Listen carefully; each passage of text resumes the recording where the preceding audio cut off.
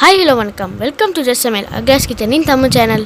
இன்றைக்கி நாம் ரொம்ப டேஸ்டியான அதே சமயம் உங்கள் குழந்தைங்களுக்கெல்லாம் பிடிக்கக்கூடிய ஓரியோ பாப்சிக்கல் தான் எப்படி செய்யலாம் அப்படிங்கிறத பார்க்க போகிறோம். இதில் நான் குக்கிங் க்ரீமோ கார்ன்ஃப்ளவர் அந்த மாதிரி எதுவுமே சேர்க்காமல் ரொம்ப ஹெல்த்தியாக இதை செஞ்சுருக்கேன். அதே சமயம் ரொம்ப ஈஸியாகவும் நம்ம இதை செஞ்சு முடிச்சிடலாம். இந்த வெயில் காலத்தில் குழந்தைங்க ஐஸ்கிரீம் கேட்டாங்க அப்படின்னா அவங்களுக்கு இந்த மாதிரி நீங்கள் ஹெல்த்தியாக செஞ்சு கொடுக்கலாம். குழந்தைங்களுக்கு ஓரியோ சாப்பிட்ட திருப்தியாகவும் இருக்கும், நமக்கு பால் சாப்பிட்ட திருப்தியாகவும் இருக்கும். இதுதான் நீங்கள் ஃபர்ஸ்ட் டைம் என்னோடய சேனலை பார்க்குறதா இருந்ததுன்னா என்னுடைய சேனலுக்கு சப்ஸ்கிரைப் பண்ணிக்கோங்க. அதே மாதிரி என்னுடைய பதிவு உங்களுக்கு பிடிச்சிருந்தது அப்படின்னா நோட்டிஃபிகேஷன் பெல் ஐக்கானையும் நீங்கள் கிளிக் பண்ணிக்கலாம். அப்போ தான் நான் புதுசாக போடுற எல்லா வீடியோவும் உங்களுக்கு நோட்டிஃபிகேஷனில் வரும். வாங்க இப்போ செய்முறை எப்படிங்கிறத நம்ம பார்ப்போம். இந்த ஓரியோ பாப்சிக்கல் பண்ணுறதுக்காக நான் ஒரு 2 கப்பு பால் எடுத்துக்கிட்டு இருக்கேன். அதாவது 400 ml எனக்கு வந்தது. அதை ஒரு பாத்திரத்தில் ஊற்றி அதில் நம்ம 2 டேபிள் ஸ்பூன் மில்க் பவுடர் நம்ம சேர்த்துக்கலாம். எனக்கு 2 டேபிள் ஸ்பூன் மில்க் பவுடரே போதுமாக இருந்தது. உங்களுக்கு வேணும் இன்னும் கொஞ்சம் க்ரீமினஸ் உங்களுக்கு வேணும் அப்படின்னா இன்னும் ஒரு 2 டேபிள் ஸ்பூன் கூட நீங்கள் எக்ஸ்ட்ராவாக ஆட் பண்ணிக்கலாம். இப்போ இதை நல்லா கலக்கி விட்டுட்டு இது ஒரு 5லேருந்து 6 வாட்டி நல்லா பொங்கி வரட்டும். ஒரு மீடியம் ஃப்ளேம்லேயே வச்சு நல்லா அப்பப்போ கலக்கி விட்டுக்கோங்க. பால் கொஞ்சம் சுண்ட ஆரம்பிக்கட்டும்.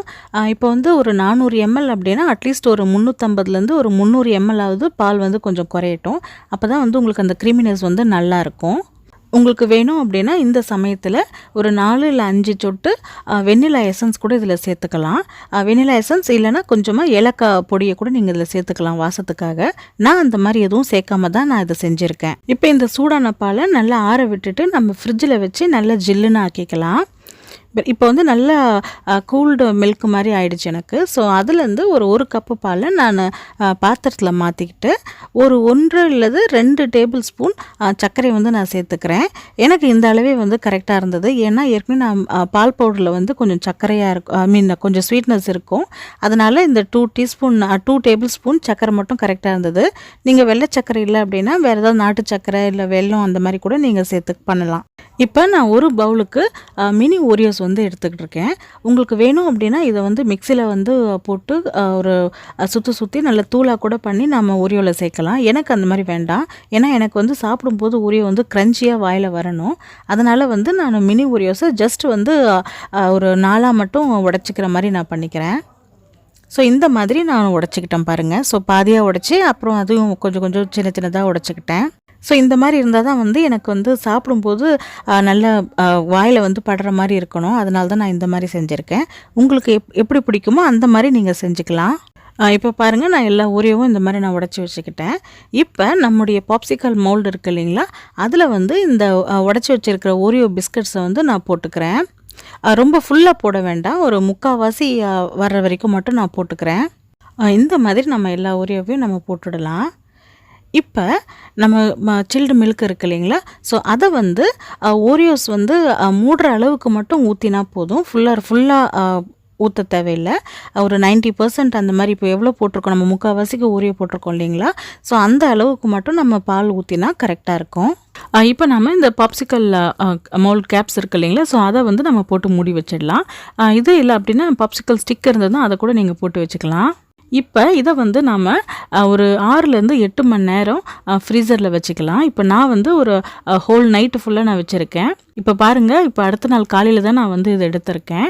ஸோ அழகாக எல்லாமே வந்திருக்கு பாருங்கள், பார்க்கவே நல்லா இருக்குது.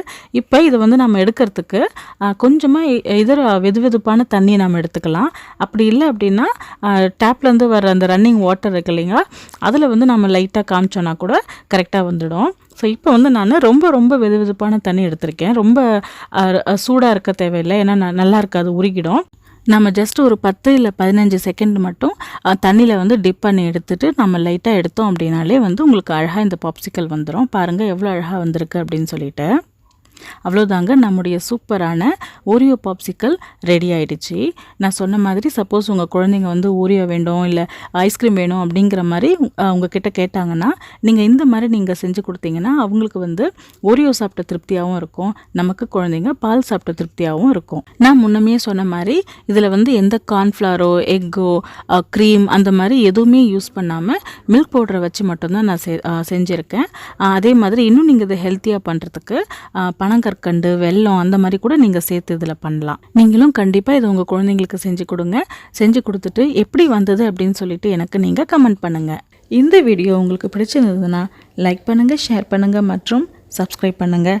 அதே மாதிரி என்னுடைய வீடியோஸ் உங்களுக்கு நோட்டிஃபிகேஷன் வரணும் அப்படின்னா பெல் ஐக்கானை கிளிக் பண்ணிக்கோங்க. மீண்டும் வேறொரு புதிய வீடியோவுடன் உங்களை நான் சந்திக்கிறேன்.